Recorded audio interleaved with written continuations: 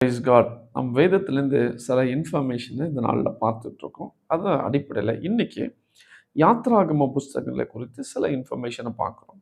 இது இயேசு கிறிஸ்து கர்த்தராகிய ஆண்டவர் மோசையை கொண்டு சில காரியங்களை செய்தார். அதை நம்ம பார்க்குறோம். இந்த யாத்ராகம் 17ஆம் அதிகாரத்தில் நம்ம பார்த்தோம் அப்படின்னா, முதல் யுத்தம் இஸ்ரவேல் ஜனங்கள் எகிப்திலிருந்து புறப்பட்டு வந்த பொழுது இந்த சிவந்த சமுத்திரம்லாம் தாண்டி வந்ததுக்கப்புறம் ஒரு பெரிய யுத்தம் ஒன்று நடக்குது. அதில் வந்து அமலேக்கருக்கும் இஸ்ரவேலுக்கும் உள்ள ஒரு யுத்தத்தை, முதல் யுத்தம் அந்த 17 அதிகாரம் 18ஆம் அதிகாரத்தில் நீங்கள் பார்க்கலாம். அடுத்தது யாத்திராகம் 19ஆம் அதிகாரத்தில் நீங்கள் பார்த்தீங்கன்னா, ஆண்டவர் கர்த்தர் ஜனங்களோடு அந்த வனாந்தரத்தில் நேரடியாக பேசின ஒரு அனுபவம் அந்த புஸ்தகத்தில் நம்ம பார்க்கலாம்.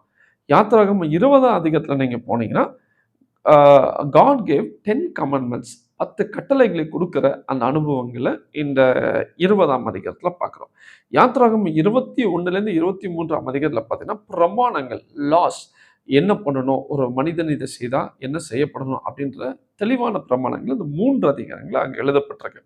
யாத்ராகம் 24ஆம் அதிகாரத்தில் பார்த்தீங்கன்னா, ஆண்டவர் மோசையை மலையின் உச்சிக்கு அவரோடு பேசும்படி அவனை அழைக்கிறார்.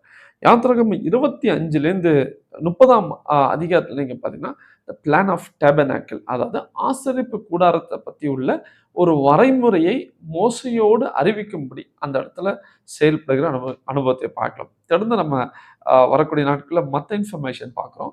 Thank you and God bless you.